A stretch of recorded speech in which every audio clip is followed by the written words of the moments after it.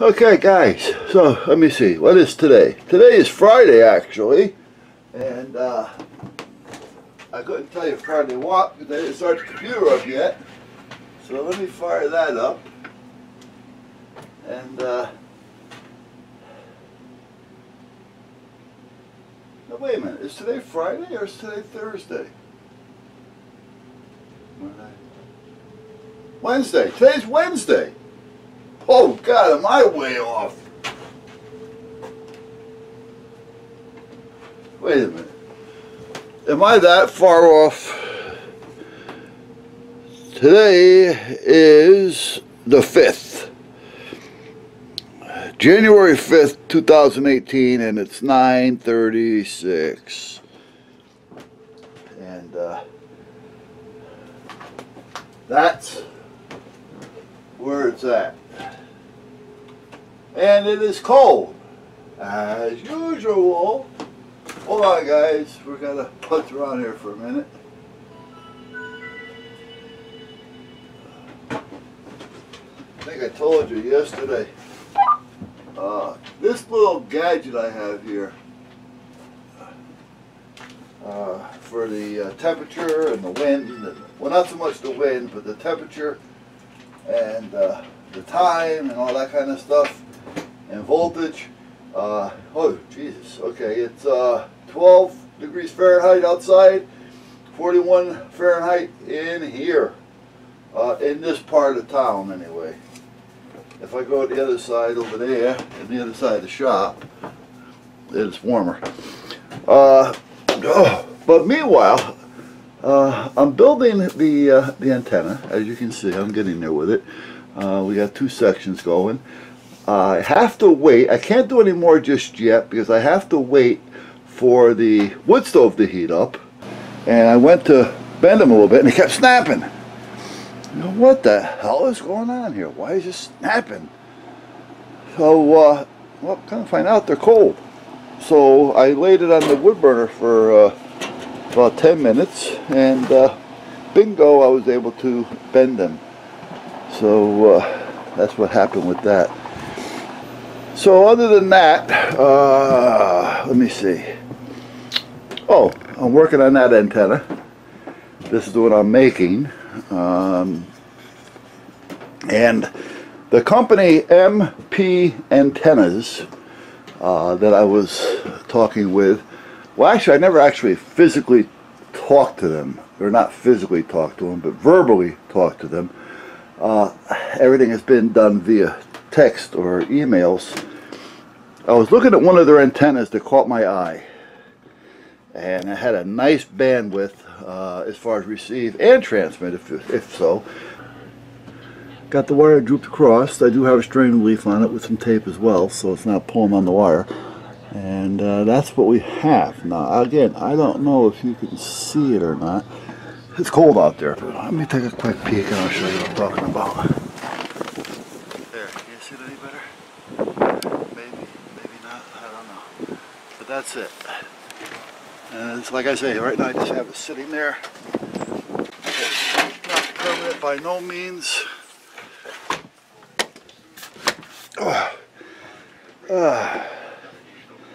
And I do have to put a mass on it and get that piece of angle out of there. So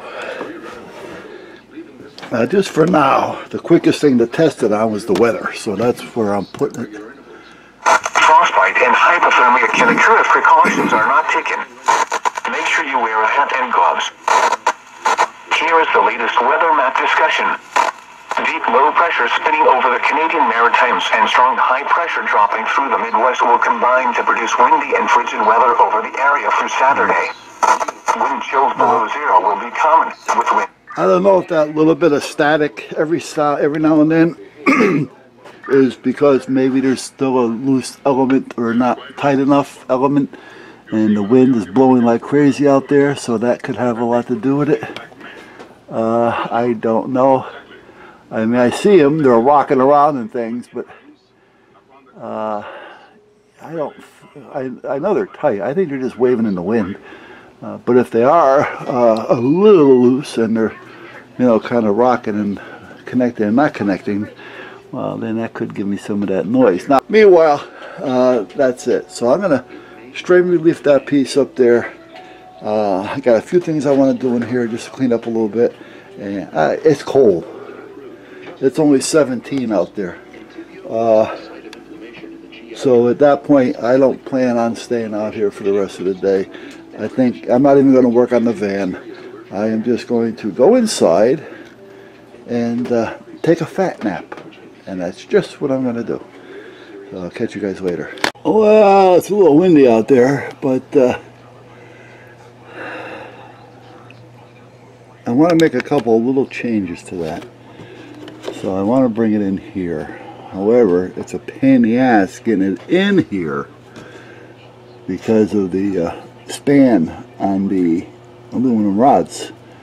And when they're cold, if you bend them, they may snap. So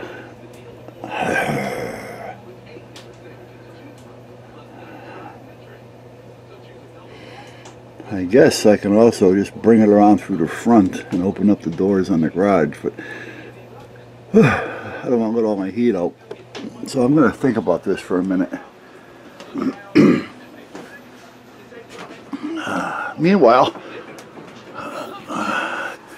I installed it onto that one. That's the gateway. And I figured, you know what, I'm going to let it run there. I should have no problems with it there. That could be kind of dedicated to it. This way I have my system to do what I have to do with it at this point. I was going to hook it up to the Acer, but again, the mouse isn't working on the Acer, so I'm thinking if I hooked it up to that, every time I want to do something, I got to deal with that damn pad. So I'm thinking, you know what, just leave it on that one. And because that's been sitting there, I really don't use it all that much, so that's where it's at. Other than that, it's warming up a little bit. We're up to 53 degrees in here. I forgot what it was this morning, and it's 15 on the outside. Don't pay attention to the time because the time is off. I haven't set it yet. But for those of you who want to know, it is 12:36 a.m. Saturday, January 6, 2018. And that's where I'm at. So, now that I got this bench out here, I got a few things I got to do before I slide it back in. One is work on that antenna, because this is the best place to work on it. Because I can pull it out enough to where it doesn't interfere with anything. So that's where I'm at with that. And then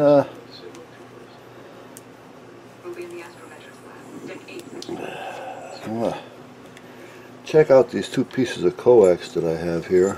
These two 18-foot pre-mates. Actually, one of them are going to go on that antenna out there. Alright. I was just going to use one of these for the antenna I made for the shortwave receiver, or that SDR play thing. And I just realized, I looked at the solder joints, but I thought I ordered them just because they were just little 18-foot pre-mates, but after I thought about it, I said, wait a minute. So I opened it up, and I started looking at it, because why would I order an 18-foot pre-mate? You know, I'm thinking, you know, after I start double thinking myself, and I looked at it, and I'm saying, why did I order this? And I'm looking at the label on it, you know, the casing here. It's got some writing on it. And it's a Browning wire. Well, Browning, believe it or not, used to make one of the best CB radios on the market.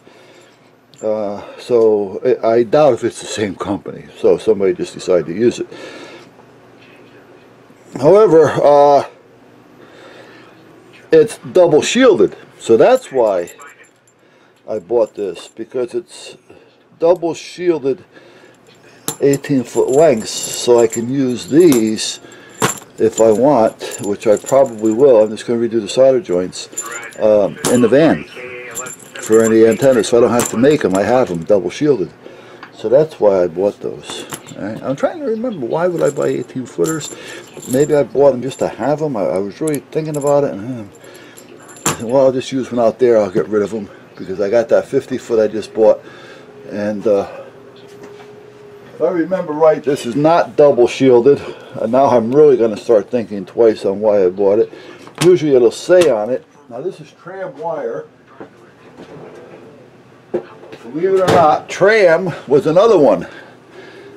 Tram and Browning were two of the leaders in CB radio. If you owned a Tram or a Browning, you were top dog. However, they weren't cheap. They were very expensive to the day.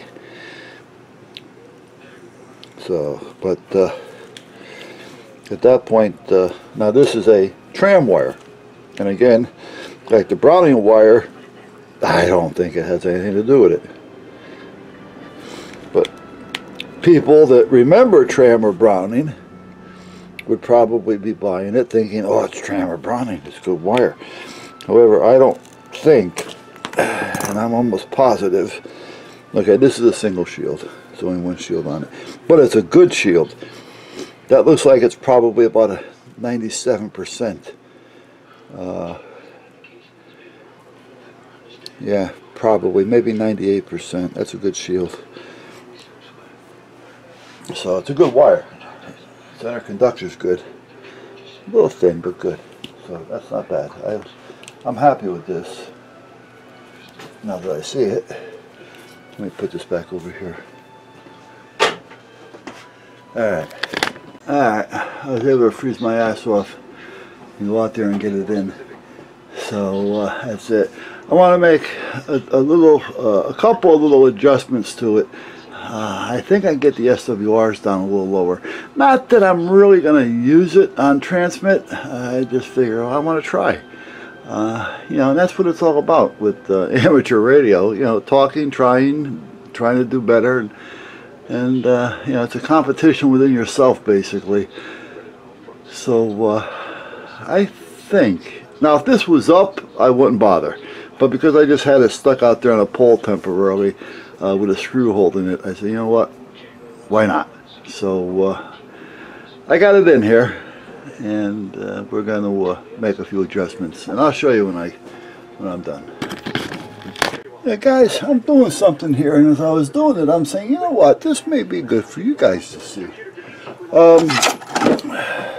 I'm working on an antenna. However, it's not going to be the way it is done is the same. Let's put it that way. Basically the same. Now, when I do these videos, I do them in a way that I think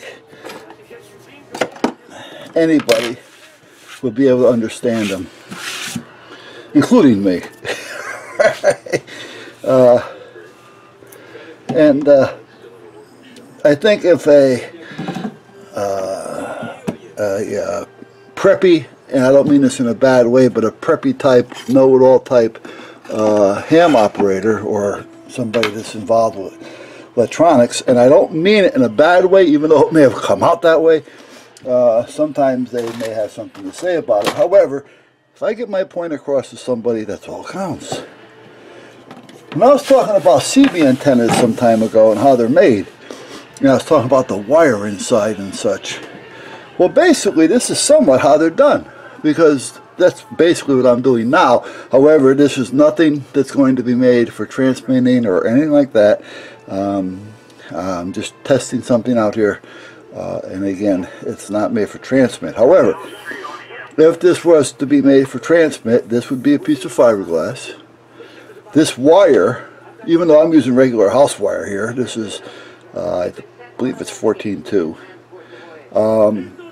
And it has no special length, no rhyme or reason. It's just a piece of wire that I'm throwing on.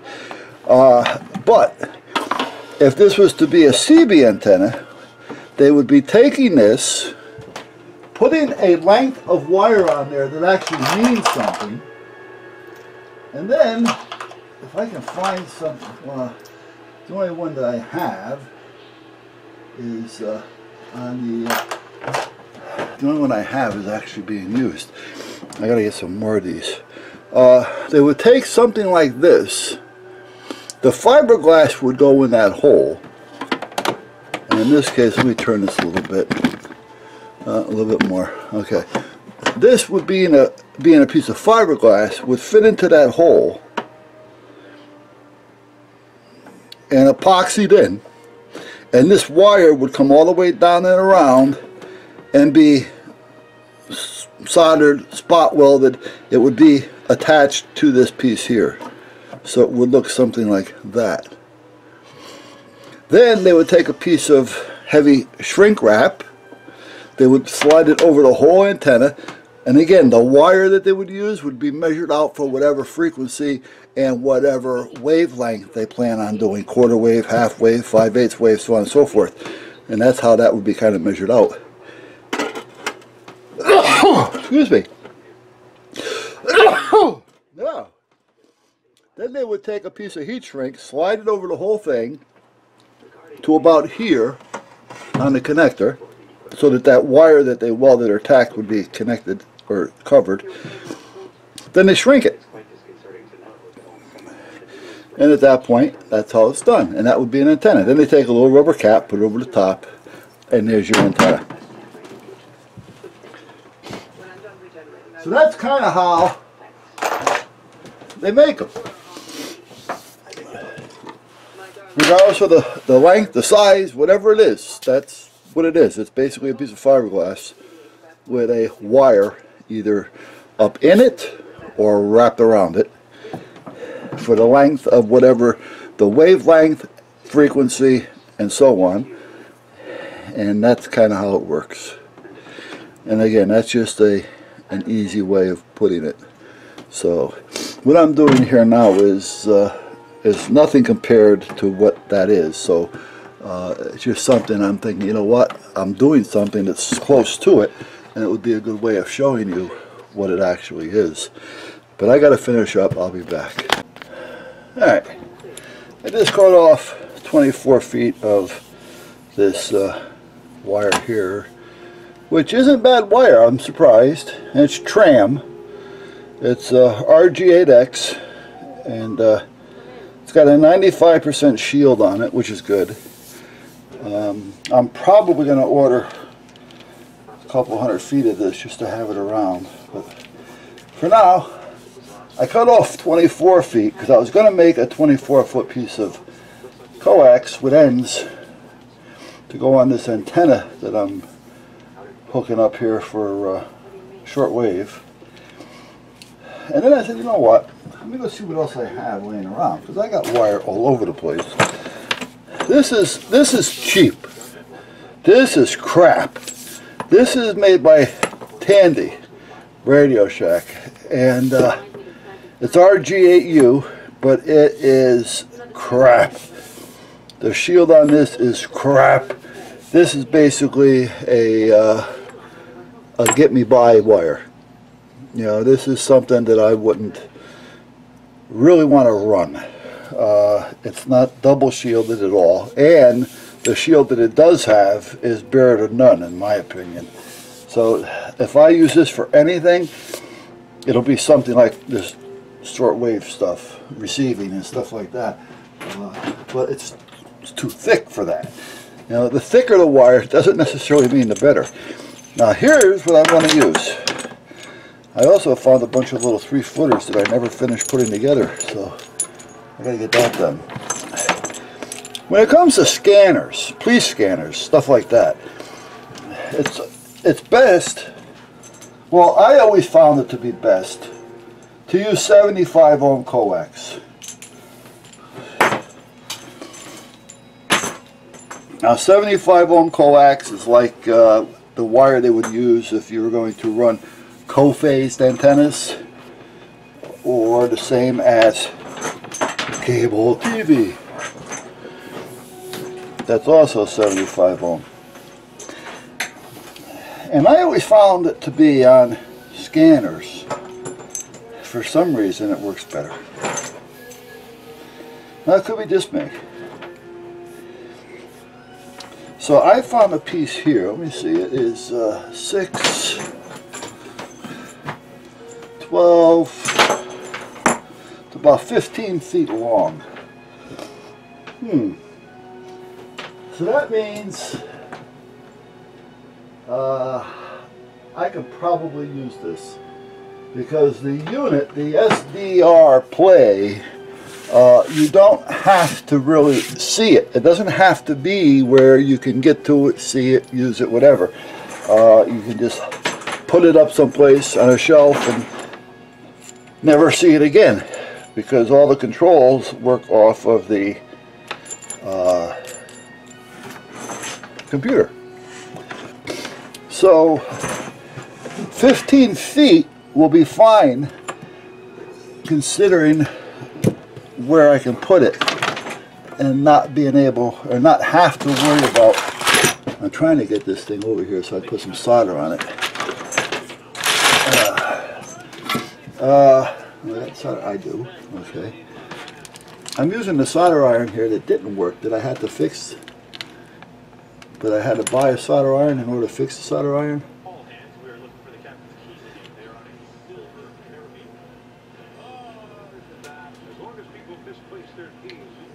But meanwhile, I'm going to use this.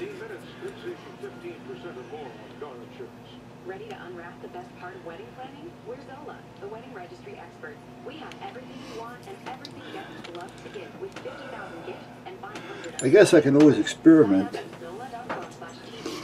and see, that side is good. And see, at that point, if the 75 would work better than the 50, but I'm not going to bother. Like I said, if I have to change it this winter, this summer, I'll just go up and unscrew it and screw a new one in. It's not a big deal. So this is going to be hooked up to that antenna over there. I was getting ready to put something on there, but I can't put it on until I get outside. But I can, however, get all this on here. Well, I could if I didn't put that in the way. Okay, I'll be right back, guys. Alright, what I'm doing here is I want to, just so I get in and out of the door a lot easier, I'm taking some of the wideness out of it and I'm bending it up and down more on some of these longer elements. And it's really not that hard. You don't want to do it though when it's cold. So I find by putting a little heat on it where I'm bending it, it kind of just automatically just gives once you get to a certain point. And that's where she stays.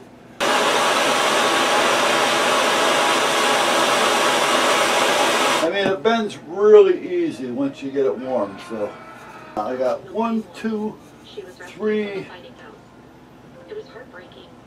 Yeah, I got 1, 2, 3 more to do, but I'm gonna have to turn this around in order to do it. So, but you got the picture. It's cold.